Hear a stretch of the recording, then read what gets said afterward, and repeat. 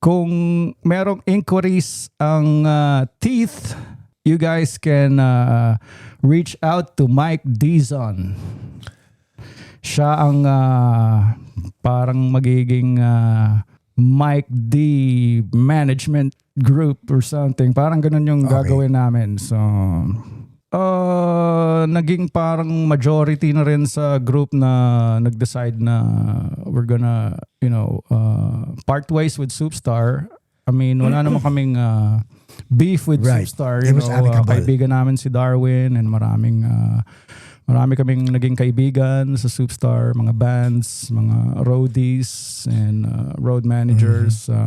Ano lang to, kumbaga si Mike Dizon, we're gonna try Mike Dizon. So guys, kilala nyo naman si Mike Dizon, the YouTuber, the content creator, Mike Dizon. So kung gusto nyong magtugtog yung Teeth sa Philippines or kung saan man, reach out to Mike Dizon. Sa akin din, honestly, Pax, kailangan ko ng manager sa totoo lang.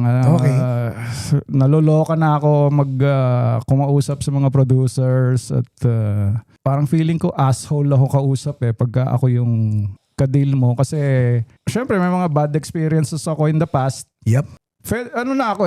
Over na ako. Kumbaga, kung gusto mo akong mag-gig, bayaran mo na ako ngayon. Welcome to the Paco's Place Podcast. This episode is brought to you by Advanced Home Care Services, Advanced MedTrans, ME Aesthetics, Lasers and Beyond, Leo Bato and Associates. On mute.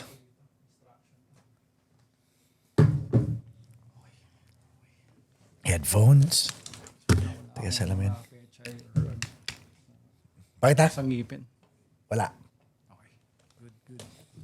So, you know the drill? Harap ka sa akin. So, okay lang ba nandito yung Oo naman. stuff? Oo naman. Ilagay mo yung bote. Dahil mo tamahan yung bote. Sana. Ilagay natin. Okay, lagyan muna natin to bago natin nilagay dyan. Nalalagay ko rito. Baka tamaan mic. Yan. Yeah. Tapos yung monitor andun na kay Rico. Kailangan super comfortable tayo. Yes. There you go. Then lapit mo yung mic sa'yo.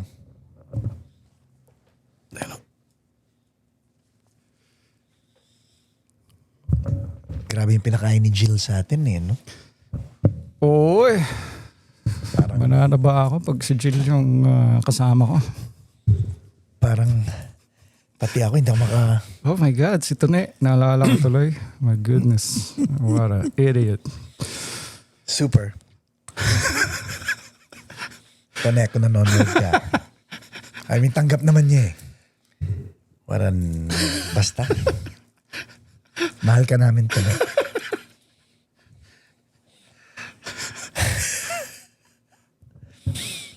Shows. Anong mga shows natin?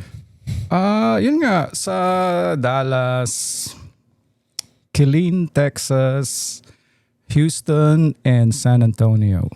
Dallas, Killeen, Houston, San Antonio. Isa lang ang producer nito. Hindi. Iba-iba. Start na ba tayo? Oh.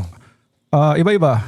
Yung sa Dallas and sa Killeen, Texas, isang contact lang yung nag-inquire sa akin. Isang contact lang. Pero meron siyang mga tao sa Killeen na parang di ko alam kung binenta niya yung show doon or may mga production from Killeen. Kasi tiga Dallas tong his name is Jojo sa Dallas. Bagong producer to? Well, hindi ko alam kung bago siya pero I just worked with him first time pa lang. Ito. Thanks to Steph Lou. Si Steph yung nag-refer sa akin dito sa guy na to. So I guess galing si Steph doon and sabi ni Steph, GJ, you wanna do a show in Dallas? I'm gonna connect you to this guy named Jojo. So, sino banda mo? Well, mag-iiba na yung conditions or yung I don't know how you call it, yung Logistics? mag-iiba na. So merong band sa Dallas, Texas. Sila yung magba-backup sa akin. Sa Dallas lang or sa Killeen? Sa Houston? Dallas and Killeen. Kasi yung Dallas is like couple of hours away from Killeen, Texas. And then yung Killeen, Texas is a suburb of Austin, Texas. So napa-oo na rin ako kasi I've never been to Austin, Texas, and mukha namang maganda doon. Yeah. And sa totoo lang, hindi ko naman kailangan mag-tour, Pax, pero ang sinabi ko na lang sa producer, pwede ba ako magsama ng tour manager? So sino tour manager na isasama mo? Well, meron akong friend.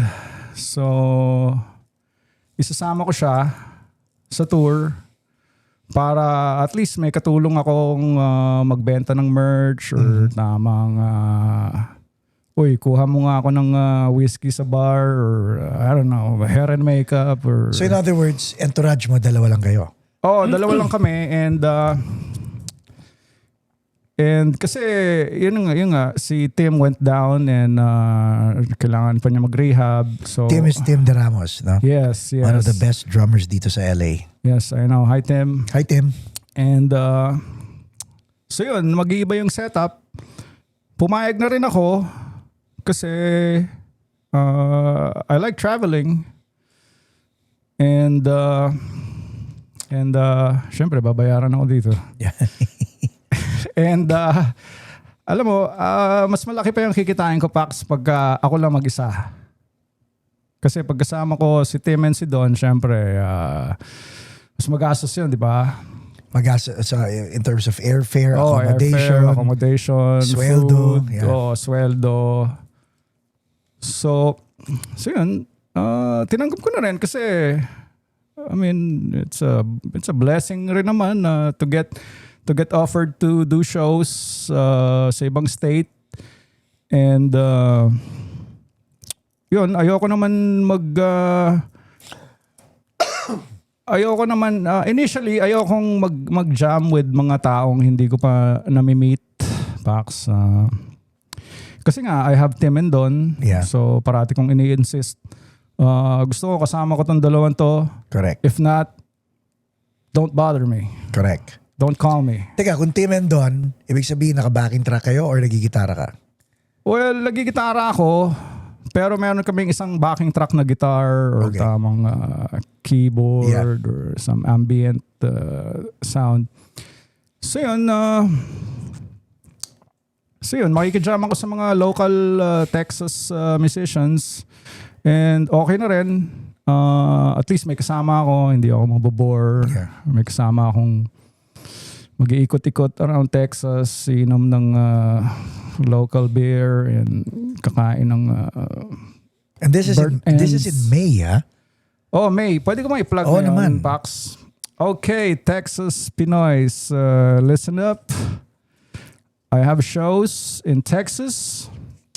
May 15, Friday, I will be in Dallas, Texas at Lucy's Yard in Allen, Texas. And on May 16, Saturday, I will be in Killeen, Texas. I will have a show at the VFW Post 9192 in Killeen, Texas. Ang producer nito, his name is Jojo. Ito yung phone number niya. Ang phone number ni Jojo is 254-449-2949. Ayan.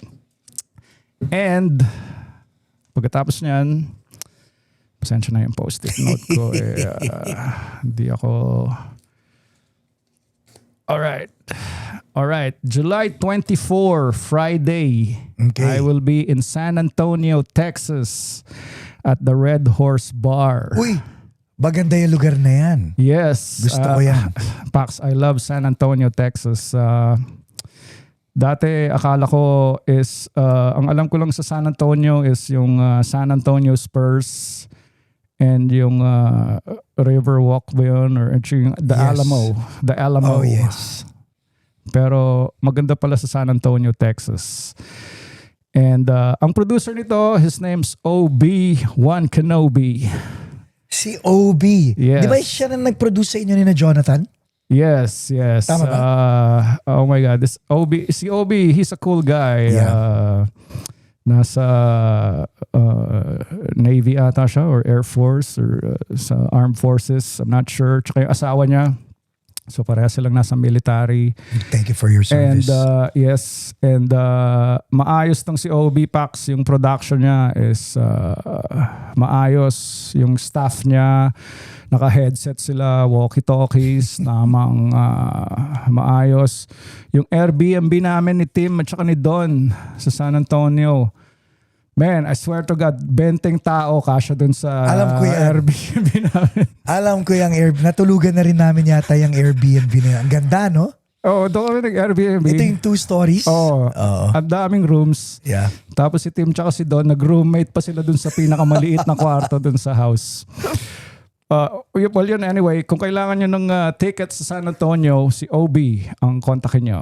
Okay? I think na-mention ko na yung number, pero his Mention number it again. is 619-313-3520.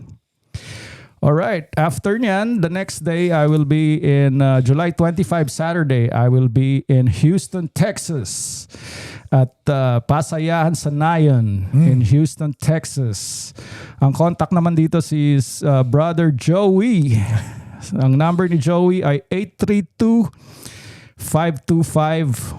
832-525-1024. Yun, no? And I think third time ko na sa Houston, Texas, sa Pasayahan sa Nayon.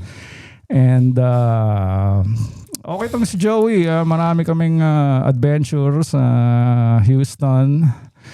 And siya yung unang-unang nagtiwala sa akin na nagdala sa akin sa Texas.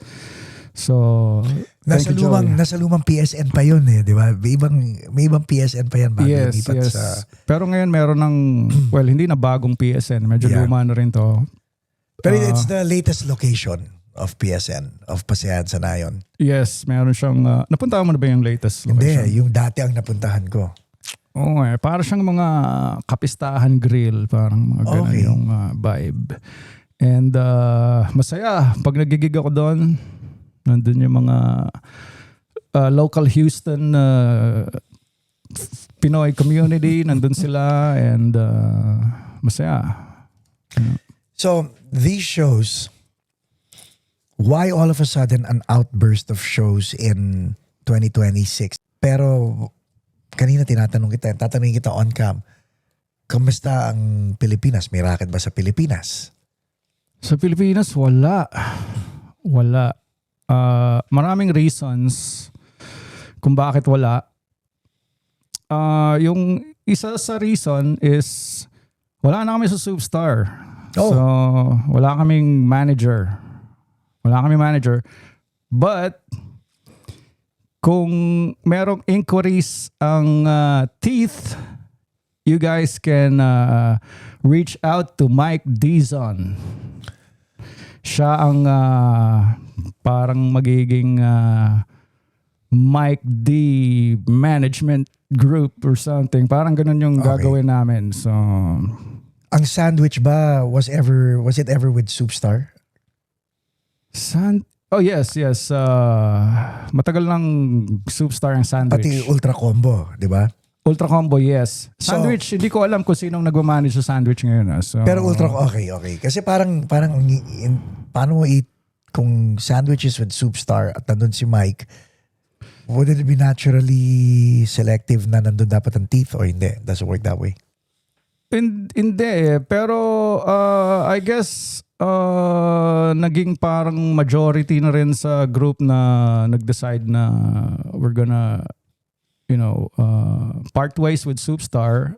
I mean, wala naman kaming beef with Right. Superstar. It was amicable. Kaibigan namin si Darwin and maraming Marami kaming naging kaibigan sa Soupstar, mga bands, mga roadies, and road managers. Ano lang to, kumbaga si Mike Dison, we're gonna try Mike Dison. So guys, kilala nyo naman si Mike Dison, the YouTuber, the content creator, Mike Dison. So kung gusto nyong magtugtog yung teeth sa Philippines or kung saan man, reach out to Mike Dison. And sa akin din, honestly, Pax, kailangan ko ng manager sa totoo lang. Okay. Naloloka na ako kumausap sa mga producers at parang feeling ko asshole ako kausap pagka ako yung kadil mo kasi parang syempre may mga bad experiences ako in the past. Yep. Ano na ako over na ako. Kumbaga, kung gusto mo akong mag-gig, bayaran mo na ako ngayon. Yeah. 'Di ba? So parang alam ko hindi tama 'yon, pero ganun yung style ko. Nasunog ka na kasi. Nasunog ka na. So kailangan ko rin ng kung mayroong gustong mag-manage sa akin, I'm down, okay? So kontakin niyo ako. Syempre babayaran ko kayo and may porsyento, hindi natin alam kung saan tayo pupunta. Sa Canada, right? Sa Texas, kung saan man, diba? Philippines. Okay. Now, ikaw, with regard to management, before it was what? Richard Tan. Oh, yes, sa Philippines. Richard Tan yung unang manager namin. And then, when he passed away, wala nang nag-manage sa'yo. Wala solo, wala. As a solo, wala usually ako lang talaga. And dati, nagkaroon ng time na si Tim, pinapamanage ko siya. Siya yung pinapakausap ko. So, at least kahit paano, pag mayroon akong kilala na producer na, oh my God, ano to? Ayokong kadil to. Ikaw, Tim, ang kumausap dito. Kasi si Tim, okay yung PR niya So ngayon, ako ulit lahat. And kaya naman Nakakatamad lang gawin, Pax. Tamang minsan nasa trabaho ako, biglang tatawag tong producer na to. Tamang, oh my God, maraming questions, maraming issues behind the scenes na mga stressful. Like what? Ano yung mga issues na stressful? Ako alam ko pero stressful yung second half ng down payment, tamang aantayin mo pa, tamang oh my God, magi-start na yung show. Wala pa akong bayad. Ano ba to? Tamang kailangan ba kitang i-confront at asan na yung pera ko? Which rightfully belongs to you? Hindi mo na kailangan i-remind Parang pag dumating na doon yung artist, bayaran mo na. Hindi na yung tamang nag-hide and seek pa kayo, pakiramdaman, tamang hassle minsan yung mga bandmates mo, hindi nila alam na nangyayari na pala yun. Sabay ikaw tamang stress out ka na. Tapos sila tamang, oh yeah, I'm having the time of my life. I'm partying, tamang hindi nila alam, dude, baka hindi tayo mabayaran ngayong gabi. So, yung mga ganun. Yeah. Basta kakanta ka na lang, di ba? Yes. And ano pa ba? Hindi mo naisip na bago ka bumiyahe, bago ka umalis ng bahay mo, dapat bayad ka na? Well, ito na ang policy. Ito na ang policy ko. Pwede niyo akong gayahin, okay? Pero effective to. So, sinasabi ko sa producer, okay, Mr. Producer, kung gusto mo ako, bayaran mo na ako ngayon. Yeah. Or kung ayaw mo akong bayaran ngayon, I'm not gonna board my flight kung wala pa yung bayad ko. So, yep. So, ganun na lang kasimple. So ikaw ba pag naniningil ng talent fee, delivered yon, which means sagot mo na yung airfare mo or that's separated from the airfare? Separate yung airfare. Okay. Basta is gusto it ko... better that way? Or Yes, of course. And the reason why I'm asking is because ngayon iniisip ko. Kasi pareho Ayaw ko tayo. nang stress yung magbubook pa ako sa Expedia or ayaw ko nang... Pero di ba you and I, we manage our own careers di ba? Ang na-realize ko lately, parang feeling ko mas okay nang i-bundle ko na ang eroplano ko at saka ang accommodation ng playback jukebox para nakakatira kami at nakakastay kami at nakakabiyahe kami sa gusto naming. Yes, pwede rin yun, Pax. Wala naman masama dun. Okay din yun. Ako kasi, ayoko nang may additional pang gagawin na magbubook or bubuk ng flight, bubuk ng hotel. Ang gusto ko lang, pag flight, wag naman Spirit Airlines or mga Flair. Frontier. Oh my God, Flair. Kami ni Bowie, pwede ba magkwento? And dapat direct. Yeah. Dapat direct. Go ahead. So, ang ganda ng gig namin ni na Ellie Buendia, the following day, biyahe kami ng Vancouver. Ang ganda ng flight namin papuntang Vancouver. Pagkita namin ni Bowie ng pabalik, Flair. Wait, what do you mean by Flair? Flair Airlines. Para katumbas ng Okay, it's an airline. airline na mas, it will make Spirit and Frontier feel like first class. Ganon yung pakiramdam nung nasa Flair kami. As in, Wait. Kayo ba nag-book nitong Flair na to? Hindi. Kasi in fairness naman sa producer namin, we had to get on the earliest flight out Okay. and yun lang ang available. Gets. Pero Understandable. Pero- Charles Victor. grabe yung eroplano, hindi na re-recline yung upuan, tapos ang susungit ng flight FA, attendant. ng mga FA. Oo. So natawa kay Bowie. Talaga si Bowie parang palakang hindi alam kung paano hihiga sa upuan. Ganon. Well, wag na kayo mag-book sa Flair next time. Yes. Okay? Yun basta straight flight lang. No Spirit. And may bad experience ako sa Spirit kasi Ano yun? hindi, ayoko nang pag-usapan yun. Basta matagal lang yung line. Matagal yung line na almost hindi na kami umabot sa flight. And ang hotel naman, ang deal ko lang, syempre gusto ko na sariling hotel. Of course. Syempre gusto ko na sariling hotel. Double bed at saka at least yung mga La Quinta, mga ganon. Yun yung sinasabi ko sa kanila. At least parang La Quinta. At least. Oh, or kung gusto nyo ng Hilton, pwede rin. Pero minimum La Quinta, may breakfast sa umaga. And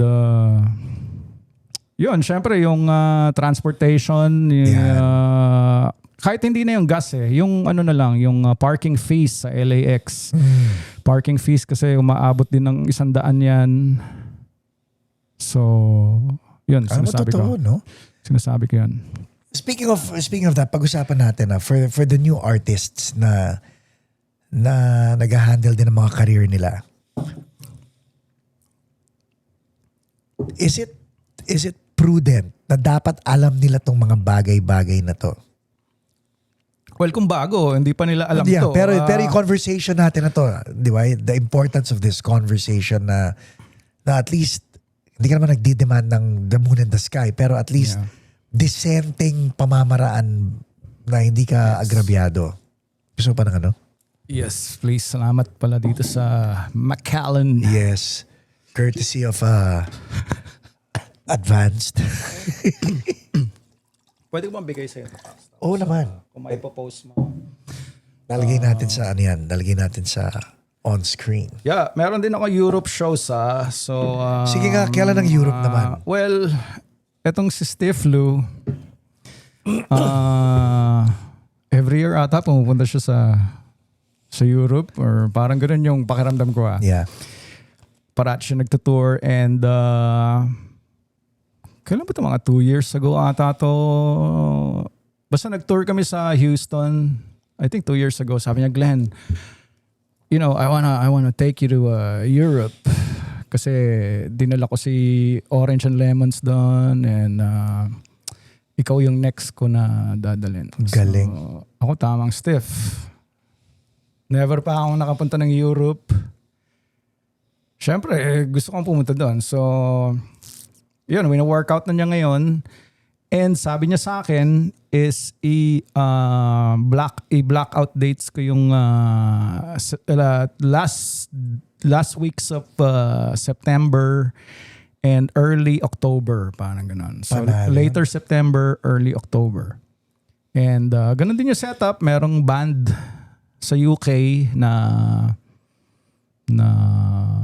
I guess kakilala na niya and wala siyang issues and syempre hindi na ako aalma, Pax. Pupunta ako ng Europe. Ilan Hindi na ako- cities? Well, etong si Steve Lupax, pag nagtutour siya, sobrang extensive. As in mga 3 buwan siya doon. Sabi ko, Steve, hindi ko kaya magbakasyon ng 3 buwan sa Europe. Pero, I will guarantee you 6 shows. Sabi niya, sabi mo sa kanya. Sabi ko, I will guarantee you 6 shows. And kung makakuha ka pa ng 2 pang extra, 8 shows. So, 1 buwan nang i-aalat ko para dito. Kasi hindi naman ako pwede magbakasyon ng 3 months, Pax. Papatayin ako ni Simon yun pag 3 months ako nawala. And yun nga, department head ako. Hindi ako pwedeng mawala ng This is your day job, no? super tagal. Yeah. Oo. And so yun. And sabi ko, Steve, hindi naman natin kailangan mag-extensive UK tour. We can do this every year, bro. Hindi natin kailangan gawin ng 1 taon lahat yan. Correct. Isa-isahin natin yan. So, itong si Steve Lu, he's a cool guy, man. 60-something na. Rumarackout pa rin siya, Pax. And marami akong natutunan dito kay Steve Lu. Yan, DIY din si Steve, ha? Yeah. Pare-pareho tayong DIY niyan, eh. Ano siya, down siya mag-jam. Yeah. Kahit sino, kahit saan, basta meron siyang gitara, game siya. Ang galing niya magdala ng banda. Yung energy niya is very, very infectious. Yes. Si Steve. Yes. And, you know, I want to thank Steve. Siyempre, 90s, kasama natin ito nung 90s, Yes. Pax. Pero honestly, nung 90s, hindi kami nag-uusap ni Steve Lu nung 90s. Ewan kung bakit, pero... Busy tayong lahat nung 90s. Busy lahat. Ganun naman eh. Hindi kami nag-uusap, pero later in life, medyo nag-bonding kami. Yeah. Naggawa kami ng show ng Rizal Underground sa 19 East nung 2024. And we sold out 19 East Pax. So, That was Teeth and Rizal Underground? yes. And kasama rin POT Galing. and Razorback. So Galing. doon nag-start. Sabay pumupunta na siya dito sa US. Nagtutour siya. Siyempre, kasama natin siya. Nanonood tayo ng shows. And we became close friends itong si Steve Lu. Ito sinabi mo dati, feeling mo ang Teeth, pag nagpunta sa States, hindi magiging malaking act. Why? Hindi naman sa hindi magiging malaki. Malaki pa rin, Pax. Pero maraming entourage, maraming members. Okay, time out. Medyo mahirap, medyo kailangan mo ng malaking investment para but meron kaming niluluto na Canadian tour, Pax, itong for Teeth. Okay. So standby lang tayo dyan sa ano na yan. So inaayos ni Mike Dison and hopefully matuloy yun. So ano naman ako hoping naman ako na mag-gig pa rin yung Teeth dito eh. Medyo ano lang ako, I'm being realistic, Pax. Ayokong umasa. Yes. Ayokong umasa. Kung hindi mag-gig dito, Pero paano mo, pag sinabi malaking entourage, una-una, you guys are self-managed already. Paano magiging... kailangan magdala ng roadies, Pax. ilan Mga roadie? 3. At least 3. Hindi pwedeng galing dito ang mga roadies? Well, depende na kay Mike yun. Right. Depende na kay Mike Dison yun at kay Jerome Velasco Okay. kung okay sila. Oh, so kunyari lang, ito guys, kunyari nagbe-brainstorm kami ng Teeth reunion. So, 4 na miyembro plus 3 roadie. Right? Yan ang babiyahe, di ba? 4 na miyembro, 3 roadie, 7 plus ikaw, 8. Ilan kwarto yon pagdating sa hotel? 2? Really? 2 per room? 2 per room, so 4 rooms. Is it feasible to get one big Airbnb? Oh yeah, of course. Kasi kesa kumuha ng 4 rooms, di ba? Man, I'm sure kahit sinong Filipino band is down to do an Airbnb in the North America. Yeah. Pax, I mean, walang issue doon. Pagdating sa aeroplano, kailangan ba naka-business class? Oh, hell no. Hindi kami tamang business class. Promoters and producers, take note, I know. ha? Ito na, pinag-uusapan na natin. I know, ha? ito nga, sinasabi ko na si Mike Dizon. Actually, I think I broke the news here at Pacos Place. So, pinag-usapan lang namin yan. Recently, meron kaming thread ng Teeth. And meron kaming new songs, Pax. So, Yeah, that was last year pa. I know. Ito nga kasi wala kaming manager, Pax. Marami kaming plans. Pagka magkakasama kami ng Teeth, tamang, okay, songwriting, pero wala kaming tamang person na magsasabi na, guys, we have a deadline. yeah. We gotta do this end of the month and we're gonna do it. Right. Wala kaming ganun.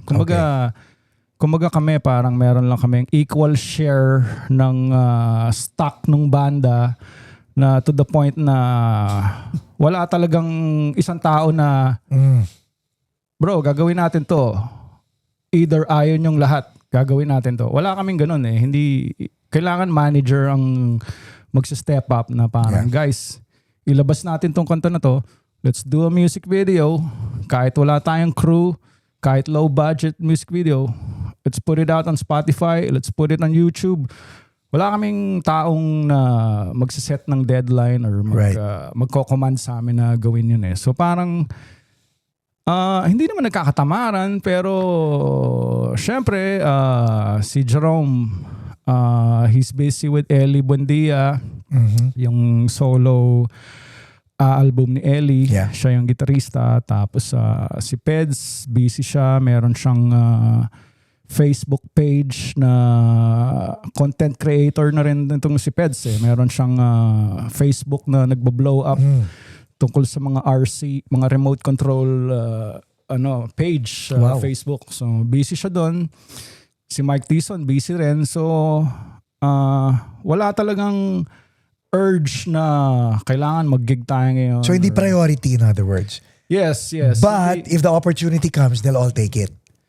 Yes, Pax. Okay. Pero for me, I mean, okay din yun. Time away from Teeth. Pwede kang maging busy para sa personal life mo. Katulad ako dito sa States. Marami naman akong nagagawa. Hindi ko naman kailangan gawin to taon-taon or kailangan kong umuwi ASAP para lang may magawa. So, yung sa Teeth, hindi ko alam. Pero, let's hope and pray na mag-manifest yung mga Teeth shows or kung ano man, new songs and music videos. Pero meron eh. Kasi sayang hindi naman sayang. Pero kailangan lang ng push action. Kailangan lang ng konting kailangan lang mag-usap-usap and ilabas na natin to soon or magre-release tayo ng yung unang album, sabay isama natin tong parang double kanta, album, no? Isama natin tong 3 kanta or 3 lang ba yung bago? Hindi, marami. Meron siguro at least 5. There you go. Saan yun ni-record kina Mike? Oh, yes. Yeah. Yung drums sa studio ni Shinji sa Marikina, yung drums. Tapos yung gitara. Ay, studio ni Shinji na iba sa bahay ni Raymond. Kodama Studios. Tapos, as far as Teeth in Philippines, isa pang reason kung bakit hindi naman ayaw umuwi. yung bahay namin sa BF Homes, Pax, di ba naalala mo dati? Naalala ko yan. Kinikwento ko sa'yo, Yup. ibebenta. Nangyari na? Oo, ngayon, nabenta na. Is your mom here? No. So, nakatira sila sa condominium in Okay. Sukat Road. Okay. Pero, wala na yung home base ko, Pax. Yeah. So, pag uuwi ako sa Philippines, Kailangan mo makicrash. ayaw ko naman makitira sa condo ng nanay ko, di ba? Tamang jay naman mag-party doon sa condo ng nanay ko. So, kailangan ko ng Airbnb. makitulog sa mga tropa dyan. Hello. Or, I don't know, mag-Airbnb ba ako sa Philippines? Pwede rin. Or titira ako sa kung saan man. So, kailangan ko isipin na ngayon yun kung saan ako titira. Alam mo, pinag-usapan na natin personal life mo. Hanggang single ka pa rin. Ay, yes, single ako. Pero colorful ang aking dating Okay. life. So dating lately. ka ngayon. Dating ka ngayon. Yes, of Okay. course. I mean, pucha, ano pa bang gagawin ng 50-year-old sa buhay niya? 50-year-old na binata. Oo, walang anak. Mag-isa lang. Ano bang gagawin ko? 'Di ba? So, nakikipag-date naman ako. Meron akong friend na dinadate. And yun. Pero as far as girlfriend, boyfriend, in a relationship, Wala muna. status, wala. Pero nakikipag-date ako, Pax. And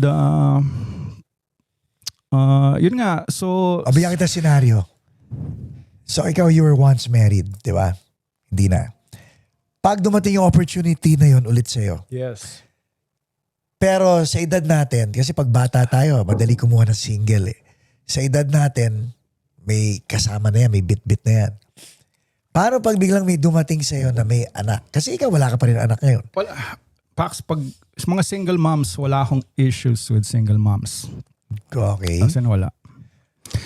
And you're willing- ang issue lang with single mom, lalo na pag bata pa yung kid, syempre, ang priority yung kid. And ayaw mong i-pressure yung single mom na, kailangan magkita tayo every week ha. Hindi ganun. Correct. Minsan makikita mo lang siya every other week. Minsan, swerte na kung once a week makita mo. Pero hindi naman ako yung demanding na boyfriend na Yeah. I need to see you every day, I need to talk to you every day. Hindi naman ako ganun eh. So ako, mag-date lang kami, iinom kami ng beer sa bar. And medyo open ako sa mga ibang lahi, Pax. Hindi lang Pinoy. Yung dinadate ko, she's not Filipina. So, yun lang masasabi ko. Medyo pass muna ako sa mga Filipinas. Pass muna. Hindi ko alam kung bakit. Pero sorry huwag niyo i-cancel. Sinasabi ko lang kasi syempre nasa United States tayo, maraming mga Hispanic dito. And Pax, buong buhay ko, binibigay ko yung attention ko sa mga Filipinas. Yeah. Binibigay ko yung attention ko sa kanila. And ngayon, parang napapansin ko sa work, kahit saan, ang daming Latinas na parang hindi ko sila pinapansin dati. Right. Hindi ko sila pinapansin dati. So ngayon, tamang okay, mag-zone in ako sa mga Latinas na nagbibigay sa akin ng attention ngayon. So talagang, And, okay, binuksan mo talaga yung mata mo sa opportunity na ganun. Kasi dati, ini-ignore mo lang eh. Yes, kasi dati, Pax, bata pa ako. And iniisip ko lang, mga Pinoy tayo, Yeah. Pinoy community, i-date mo mga Pinoy lang. Or Pinay, sorry. Yeah. Hindi Pinoy. So, isa pang issue, ito, Pax, I think you can relate. So, okay, may makikilala akong isang napakagandang Pilipina through my means, Okay. acquaintance or cold approach or finalo ako sa social media. Makikilala ko itong magandang Pilipina na to. Dadaling ko sa gig. Okay? Dadaling ko sa gig to. Tapos, usually sa gig, ang daming abangers, Pax. Yeah. Ang daming abangers eh. Tamang, wow, sino to? Sino tong kasama ni GJ? Alright, kilalanin natin. Tapos, makikita ko yung Facebook. Ina-add na. Oh my God, tropa na nitong si ano tong jowa ko. Yeah. Or tamang, oh my God, itong buong banda na to, pina-follow tong aking girl. Yep. Basta parang ganun. I can relate. Parang ganun. So sa akin, okay lang naman. Okay lang naman yun. Tamang, pag nag-break kami, okay, magiging kaibigan nyo siya, makakasama nyo siya sa mga concerts, or sa mga private parties ninyo. So, ako naman tamang, hindi naman sa tama na, pero parang, iba naman. Yeah. So, pag nagsama ako ng Ibang lahi. tamang, wow, teka lang, sino to? Wala kayong game dito. Hindi nyo alam kung saan galing to. So, Ang nakakatawa, makikita mo yung mga, kayo. matatawa ka, makikita mo yung mga abangers po siya. Kaibigan na rin nila. Yun, medyo, Sa akin, okay lang yan, Pax. Ang ayoko lang, yung parang, teka lang, parang nakakalata ako. Parang ako na yung nagsusupply ng mga girls sa inyo. So tamang, medyo parang pimp yung dating ko, sorry. Pero parang ganun. Kaya parang pass muna sa Pinay. Pero I'm not closing my doors sa Pinay, you know. I mean, pero mag-aasawa ka pa ulit, hindi na. okay, here's my stand, okay? Okay, go. Gusto ko bang makasal, Pax? Pero, I'm pretty sure I'm gonna get divorced pag kinasal ako, Pax. So parang, Why? Why are you pretty sure?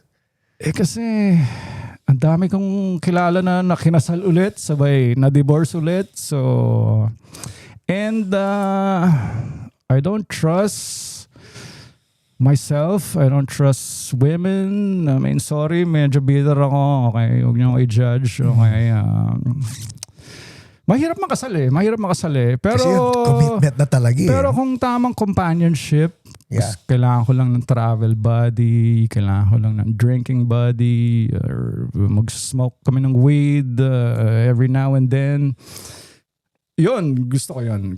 Kailangan ko yun. And syempre, okay maging single, Pax. Meron kang absolute freedom, Pax. Okay. Absolute freedom. Minsan, may mga lonesome nights, Pax, na minsan gusto mo, you wanna have somebody over. Pero, okay lang. Minsan, Okay. hindi naman issue. Hindi naman Right. issue yan. Pero speaking of freedom, you still have your motorcycle? Yes. Dalawa na yung motor ko. I have 2 cars, dalawang motor. So yung Hindi ko Mini na alam Cooper, gagawin yung ko. Mini Cooper nasa iyo pa? Yes, hindi ko siya binenta, Pax. That was Meron siyang sentimental value. Okay. So 2 motorcycles, 2 cars. Pag-usapan natin yung mga motor mo because dati nung naabutan kita na bibili ba ako ng motor? Mag-aaral ba ako magmotor? Ngayon dalawa na yan. So about freedom, how does it make you feel like riding your motorcycle? Alam ko medyo cliche yung Yes, tanong. No? well, Pero, syempre, I like riding motorcycles. Pero yun nga, bumili ako ng Tesla, okay? Tesla! Yes, ang delivery day ng Tesla ko, Brand new ba yan? yes, December 31st, 2025, yung delivery Yeah. day. So, January 1, bago yung sasakyan ko, Pax. And bakit ba ako bumili? Kasi ang layo ng work ko. Sa Long Beach ako nag-work. So mga 30 miles. 30 miles one way. Magasto sa gas. Tapos yung Mini Cooper ko, medyo nagkakaroon na siya ng mechanical problems. 2012 kasi yun eh. So nagkakaroon na siya ng mechanical problems. Premium ang gasolina. Oil changes parate. Tapos pag makikipag-date ako, napapraning ako kung tamang pucha, masisiraan ba ako or alam mo yun, pag malayo yung kadate ko, ang mahal nito sa gas, so naisip ko, shit, it's time for an electric vehicle. Okay, time out. Nung sinabi mo electric vehicle, you were looking at the Slate truck. Yung Yes. Slate muna yung una mong tinignan. Yes. Paano naging Tesla? Hindi, kasi parang lahat ng coworkers ko naka-Tesla eh. And I think yung superchargers is laking bagay kung Tesla owner ka eh. Kasi it's everywhere. Do you di ba? supercharge or do you have a charger at home? No, nagsa-supercharge lang ako, Pax. Luckily, sa work ko, sa Long Beach, merong Tesla supercharger na like half a mile away. What? Yeah, so swerte ko, bago pumasok sa work or after work, doon ko lang charge. Ilan minutes? Wow, yun nga lang, medyo matagal. 45 minutes But still, yung di ba? average time. Still, para traffic lang din yun eh. Well, yeah. Yeah. Wala, hindi issue sa akin yun. Actually, nag-post nga ako ng story. Yung Tesla supercharger, katabi lang siya ng Costco. Tapos yung Costco, yung gas station nila, oh my God, ang haba ng pila. O, di ganun din. Well, Sa haba ng pila, by the Yes, time makaabot ka sa True. tangke eh. True. Inabot ka And rin pag ng- nakikita ko yung presyo ng gasolina ngayon, naisip ko na oh my God, ito yung rason kung bakit ako nag-electric. Although pinapagasan ko yung motor ko, pero oh my God, $5 lang, $10, full tank na yung motor mo. Sa motor naman, do you use it for work? No. Like, To be honest, simula nung binili ko yung Tesla Pax, mga couple of times lang ako nag-motor. Kasi medyo life-changing din tong kotse na to eh. iba, no? Ginagamit ko yung self-driving. Ginagamit ko yung self-drive. First time kong ginamit yung self-drive pag ganun ko, tamang, wow, para akong nasa roller coaster, para akong nasa UFO na umaandar. Pinagkatiwala mo ba kagad or medyo wow? Hindi ko pa ginamit agad eh. Okay. Until one day, sige, boom. Tapos nag-drive siya mag-isa. Tapos nagto-turn. Okay. Nagsisignal light, nagto-turn ako tamang, wow, tumitingin ako sa side mirror, wow.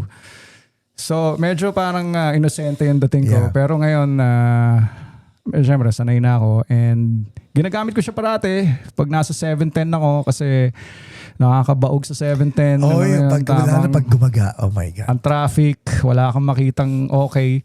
So, self-drive ko. Tapos, para akong nagme-meditate Pax pagka umaandar ako. As in, hindi ako makapaniwala na merong ganong technology and meron ako nung ganong technology. Practical no? Practical ang Tesla. Tapos low maintenance. Ang chismis nga dyan, hindi nila alam kung magkano brake pad ng Tesla. Kasi wala pang nakakapalit ng brake pad. Wala pang bumibili brake pad ng Tesla. Oo nga, kailangan ko lang matutunan kung paano car washin yung kotse ko kasi yung dumi-dumi na. Pero kulay puti kasi. Oh, and ano ba yung kakwento ko tungkol sa self-driving? Yan, nakakaburyong sa 710. So yun nga, ginagamit ko yung self-driving kasi pag ako na yung nagmamaneho, tangina na road rage ako pag ako na yung nagmamaneho, tamang merong gustong kumarera sa'yo parati na BMW or na Honda Oh my Civic, tamang napapakarera ako. Matulin no? Man, super bilis ng kotse na to at kung kaskasero ka is good luck sa'yo. So ginagamit ko yung self-drive. For discipline. Kasi maingat siya mag-drive eh. Yeah. Tamang sumusunod siya sa speed limits. And minsan pag nasa side street ako, hindi ko alam yung kung liliko na or naliligaw ako. Minsan sina-self-drive ko siya. Alam mo, another thing na buti lang nabanggit mo yung self-driving ng Tesla. Kasi nung pag umuulan dito, lalo dito sa LA, di ba? Ang daming tangang driver pag may ulan, daming aksidente. nakakakita ako ng mga Tesla na involved sa accident due to rain. And then, iniisip mo, it's the car. But it's not the car. It's the driver driving the car. Because the car is too fast. Yes. Sobrang bilis talaga. So, And sa akin okay naman pag nasa mga turns ako or mga curves, medyo okay naman yung center of gravity niya. Yung Model 3 parang siyang Lamborghini parang nag-hug sa road na yun, di ba? Yes. Hindi ko alam, siguro yung baterya niya nasa ilalim ng chassis or... So yun, thankful ako. Binili ko yung coach na yun and nakatulong din siya sa dating game. Nakatulong siya, Pax, as in every weekend, something special is happening every weekend. Pogi eh. Kahit na, saan ka nakatira? Sa West Covina? Oh, pucha, susunduin kita. Back and forth, susunduin kita, walang problema. So, masusundo mo na si Crush ng... walang problema. Hindi ko na susunduin ng babae. Nakakahiya. Putang ina, ikaw pa yung susunduin. So... Wala kang sa bahay. You still live in the same house? Yes, sa Silver Lake ako nakatira, Pax. Same roommates or hindi na? Hindi na. Nag-iiba yung mga housemates ko. Nag-iiba. Pero doon pa rin ako 10 years na sa Silver Lake. Anong dynamics pag nag-iiba ka ng housemates? Hindi kasi Pax, yung nire-rent ko na house is 2-story. Yung first floor is my floor. Ikaw lang ang nandun? Oo, andun yung master bedroom. So meron akong sariling bath. Yung kwarto ko malaki. So first floor akin yun. Tapos meron lang staircase papunta sa second floor. Nandun yung living room. Nandun yung kitchen. And merong 3 rooms doon na... Okay. Nag-iiba-iba yung mga tenants sa taas, Pax. Do you hang out sa bahay na? Do you hang out sa living room? Yes, sometimes. Nag-iiba-iba yung housemates ko. Nagkaroon ng one time, 2 babae yung housemate ko sa taas. So, masaya ako no, ng mga time na yan. masaya ako. No. Para kaming Three's Company. Three's Company, okay. And yun, mostly mga students na eventually nagmo-move on sila sa mga ibang ventures sa buhay nila. Pero ako kasi, na-realize ko yung value nung bahay na yon.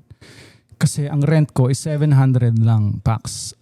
Meron akong garage. Meron akong garage. So, nakapark yung Tesla ko doon. And then yung Cooper nakapark sa street. Yung motorcycles ko nakapark din sa garage.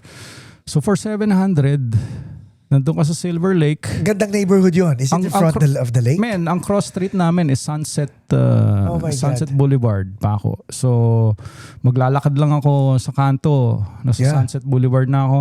Pag meron akong date, pag merong bumibisita sa akin, maglalakad lang kami. Maglakad na lang tayo dyan sa Sunset. Punta tayo sa bar, punta tayo sa restaurant. Hinike mo na ba yung lake na yun? What do you mean? Diba yung sa Silver Lake? Yung reservoir? Oo. Ilang beses. Wino-walking namin ni Jet Lopez yun. And 10 years na ako sa Silver Lake, Pax. Nung nag-divorce ako nung 2015, na-relocate ako sa Silver Lake. Yeah. And then, doon ako sinuwerte. Kasi from divorce, doon ako napunta.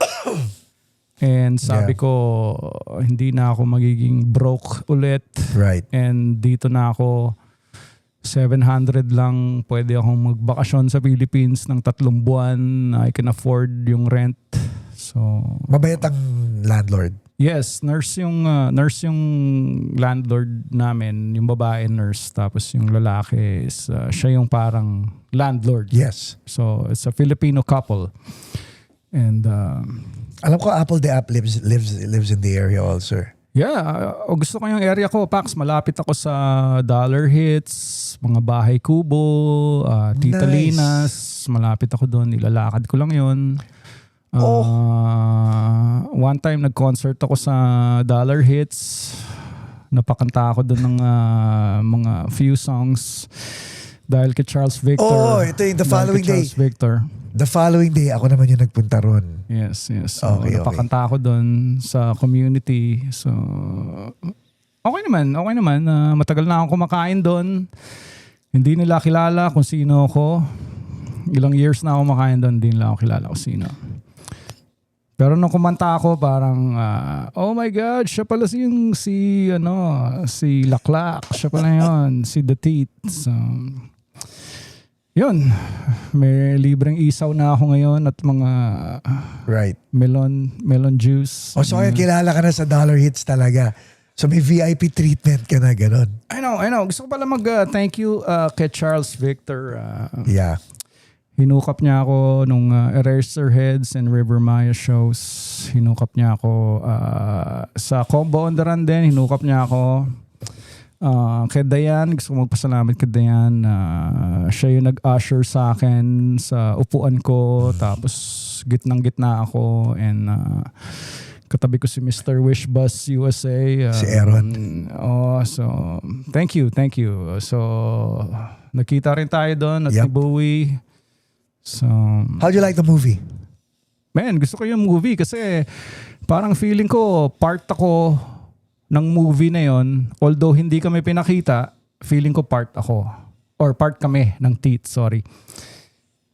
Kasi may mga part dun sa movie na tamang kasama yung band ko dun eh. Right. Like nung 90s, nung nireklamo yung Alapa, Aplaklak at saka yung statue ng Iano ni basta naging national headline yun eh ni Tito Soto and sorry, parang giniveaway ko yung isang part ng but kasama kami doon. So yung mga part na ganun naalala ko kasi napunta ako sa isang time in history nung 90s na nung nangyayari yung time na yon, nagigig kami ng E-Head sa San Beda ata, sabay national news yun na ibaban daw yung Laklak, ibaban daw yung Alapaap. Naalala ko yung time na yon and tamang tumutugtog kami, bilhin nyo na yung album namin, ibaban na yan, blah blah blah. So parang pero masaya yung masaya yun. Actually yung kaibigan yung anak ni Tito Sen, tropa ko. So Laklak, 31 years old. Tama ba? 31 years old na ang Teka Laklak. lang. 31 ba? 93. No, 31. Okay, 33 years old. Yes. 33. Time out. Makalan. Pax, nakakailang oras na tayo? Butya, Wala pa. 2 hours. Nakaka 2 hours na ba tayo? Wow. Butya. Okay. Yeah. Basically, yung... Ikaw sinabi ko lang Laklak. O nga, Makalan. Yes. 33 years and it's still alive. Alam mo, pinost ko sa vlog ko yung tugtog natin na si Mike Elgar, Yes, ikaw, napanood ko yun. 25,000 Napanood views. ko yan. Actually, nung napanood ko yun, oh my God, tamang 30,000 views na to or So, naalala ko yung time na yon sa stage na tumutugtog tayo. Naalala ko yung time na yon. Solid tayo ron. And, speaking about Laklak Pax, gusto kong pag-usapan yung Shooting Star. Let's talk about Shooting Star. There is a band in the Philippines called Bird. Okay. Kinover nila yung Shooting Star, Pax. Like Bird, like the bird? Yeah, Bird, period. Yun yung pangalan nila. So guys, if you wanna check them out on Spotify or Facebook, Bird. Yun yung pangalan nila. Tapos ang vocalista nila si Broski, yung username niya sa Instagram. Pero ang pangalan niya Echo. Yun, naalala ko na. Si Echo Del Rio. Okay. Bahista siya ng Chico Sai. Bahista siya ng Chico Sai, tapos nagtayo siya ng Bird. Tapos nasa banda rin siya ni Rames at nung drummer ng Ivo, ng Four of Spades. Yan. Anyway, ni-remake nila yung Shooting Star. So, napanood ko yung music video and ang galing, Pax. So, they did the remake on the song And they also did a remake on the music video. So hindi lang nila ni-remake yung song. Pati Yung music video ni-remake din nila. So check it out on YouTube. Okay, so parang kinover nila yung music video ng Shooting Star while covering Yes. Shooting Star. Yes. So yun lang, I just want to commend them and say it on your podcast. Thank you. And check them out, guys. Bird. Yung longevity ng mga kanta ng Thief, na mga kantang sinulat nyo, andyan eh. Prinsesa, Shooting Star, Laklak. I mean, mga one-hit wonder nga, daming napapala. Yung pa kaya tayo mga hindi, di ba? Is my point. How does it feel na up to this day, yung mga kantang sinulat nyo is still hot and heavy? Sa akin, okay lang. Okay lang. I'm happy. I mean, kung yun yung legacy ko man sa kanila or kung meron man kaming legacy, I guess yun na yun. And na-appreciate ko rin yung mga younger bands. Pag pumupunta ako sa mga shows nila, tamang VIP treatment ako and talagang todo asikaso. Sino po ba? Yung mga banda katulad ng mga Silent Sanctuary, December Avenue, madami pa eh. Sino paborito mo sa batch na yun? Well, Top 3 or paborito ko silang lahat, Pax. why? O well, hindi ko magagawa ng number 1, number 2, number 3. Wag. Iba-iba. Pero kasi Iba-iba. alam mo ko ba, tinatanong ko why? Yeah. Lahat ng binabanggit mong mga, pero Chico Saya, at saka wag ka babanggit ng mga ibang mabibigat na banda. Pero pag sabi mo December Avenue, mga Silent Sanctuary. Isa pa yung Mayonnaise. Gusto ko. Oh my God, yung yeah. Mayonnaise. Kina-cover nila yung Laklak, Pax. And nag-jam kami sa Noy Pits, Long Beach. Pinamonti. Oo, nag-jam kami ng dito nugtog nila yung Jopay. Oh my God, kagulo yung tao, sabay lasong Laklak. Tamang wow. As in, kamunti ka na sumabog yung Noy Pits, Long Beach sing-along and sa dami ng tao. So, Alam mo ba, binanggit mo yan, alam ba yung banda ko, yung Playback Jukebox, kino-cover namin, ang unang kanta is Jopay, tapos Prinsesa, tapos yes. Alapaap. Yun ang kino-cover namin. Yes. Actually, sa shows ko, upcoming shows, gagawin ko yung Jopay. Maganda yung Jopay. Monty Macalino. Sorry, gagawin ko yung Jopay. Ginagawa niyo yung Laklak. Gagawin ko yung Jopay. So, pero, yun, appreciate ko nga yung Silent Sanctuary din. Yun.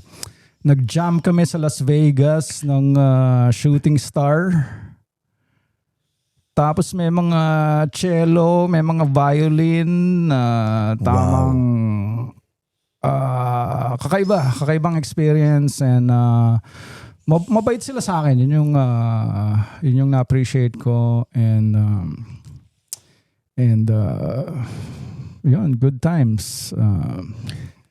Ano pa ba? Solo album. For me? Yeah. For me, wala na sigurong solo album pa. Siguro magtutour na lang ako parati. Unless na, well, hopefully itong si Tim magsulat ng kanta, in the future and he can come back and play drums. So, but kung ako lang, magtutour na lang ako and mag-gig. Kasi, or siguro sa Teeth na lang, new songs from Teeth. Diba? And, yun. And, kayo ba? Kumusta yung playbacks? So kami, okay naman. Naka-ready yung Human para sa'yo dahil nire-request mong i-jam mo sa Playback Jukebox. So, oo nga eh. isang sampa mo lang. I'm only you. Oo nga eh. Sige. Wag lang Rancho Cucamonga. Medyo malayo. Medyo malayo yung Rancho Cucamonga eh. Mga Noipits Long Beach. Hindi, gagawa tayo ng gagawa tayo ng concert. I was talking to you about it nga nung nagdi-dinner tayo, di ba, na may binabalak na naman kami. Ito yung something. Yes. Summerfest. The Summerfest is back. Ito yung pinag-uusapan natin. And let's get everybody on board the right way. Parang ganyan. Right? Okay, landing natin. Ano ang message sa mga taong mag-aabang sa'yo sa Dallas at saka sa UK? What can they expect? Expect na magiging, hopefully magiging masaya sila and mapapasaya ko sila through music and yun, looking forward, Pax, to see Pinoys everywhere sa Texas. Excited na ako. And sa UK din. And hopefully, yun, Summerfest din. Hopefully mag-manifest yan. Kailan ba yan? 2027? Hopefully 2027, if not late this year. Late summer this year. Yeah. Kahit next year. Yeah.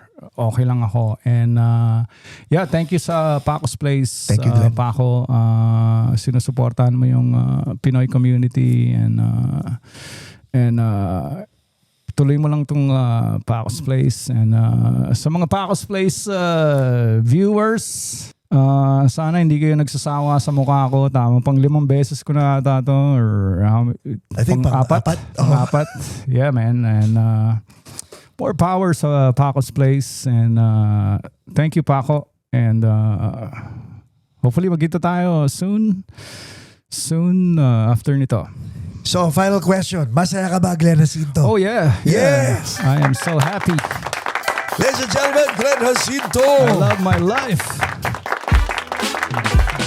So we'll post everything dito para at least makita nyo. Iabot sa akin ni Glenn lahat yan. Ayan o. Ipopost ko yan so makikita nyo yan sa screen. Post-production na. Thank you.